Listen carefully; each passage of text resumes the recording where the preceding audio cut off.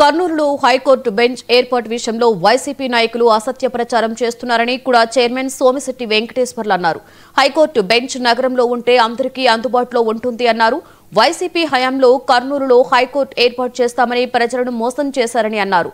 ఇచ్చిన మాట ప్రకారం సీఎం చంద్రబాబు కర్నూలులో హైకోర్టు బెంచ్ ఏర్పాటు చేస్తున్నట్లుగా సోమిశెట్టి తెలిపారు. ఏది ఏమైనా సరే కర్నూలు జిల్లా అభివృద్ధి పథకంలో దూసుకుపోతా ఉంది. ఈరోజు రాష్ట్ర ప్రజలందరికీ తెలుసు, కర్నూలు జిల్లా టీజీ భారత్ మంత్రి అయిన తర్వాత జిల్లా మంచి బాటలు నడుస్తూ ఉంది, అభివృద్ధి పథకం దూసుకుపోతా ఉందంటే ఈరోజు ఆయన ఒక బాధ్యత తీసుకున్నాడు. ఏం చేయాలన్నా కర్నూలు జిల్లా ఎప్పుడు కూడా నెంబర్ 1 స్థానంలో ఉండాలి, డెవలప్మెంట్ జరగాలనే ఉద్దేశంతో కంకణం కట్టుకొని ముందుకు పోతున్నాడు.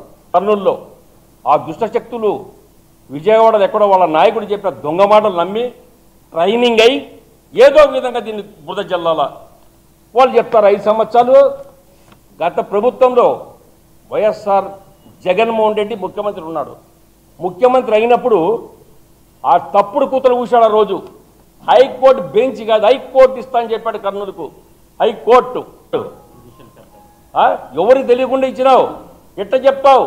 సుప్రీంకోర్టు జడ్జి చెప్పినారా మీకు ఏమని? రాష్ట్రపతి చెప్పారా? అప్లై చేస్తున్నావా? నీ నోట్లో నుంచి ఆ మాట వచ్చిందా లేదా? నువ్వు హైకోర్టు బెంచ్ అంటారు, లాయర్లందరూ పాలాభిషేకం చేశారు నీ ముఖానికి, నీ ఫోటోలకు, దొంగని ముఖానికి నీ పాలాభిషేకం చేశారు పొరపాటున నీ దొంగ మాటలు నమ్మి.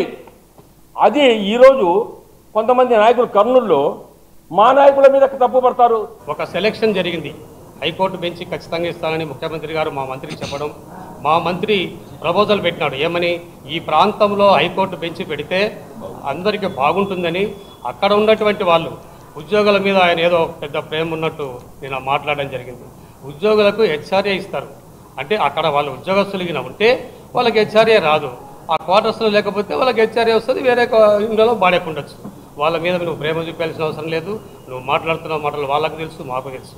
తర్వాత ఇంకొకటి, గల్లీలో పెడితే ఎట్లా పోతారో అంటావు.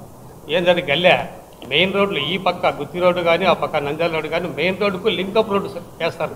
హైకోర్టు చేస్తున్నారంటే కనీసం 20-25 ఎకరాల్లో కడతారు, బ్రహ్మాండమైన రోడ్లు వేస్తారు. వీళ్ళ బాధ ఏమంటే కోర్టు కేసులు జైల్లోకి పోయేది ఈ పార్టీ నాయకుడు కానీ వీళ్ళు కానీ ఎక్కువ పోతారు. రేపు 100 కార్లతో 200 మందితో వీళ్ళు ఊరేగింపులతో పోతారు కదా. కాబట్టి వాళ్ళు ఆలోచించినారు, రేపు మేము కోర్టుకు పోవాలంటే జైల్లోకి పోవాలంటే ఇబ్బంది అవుతుందేమని.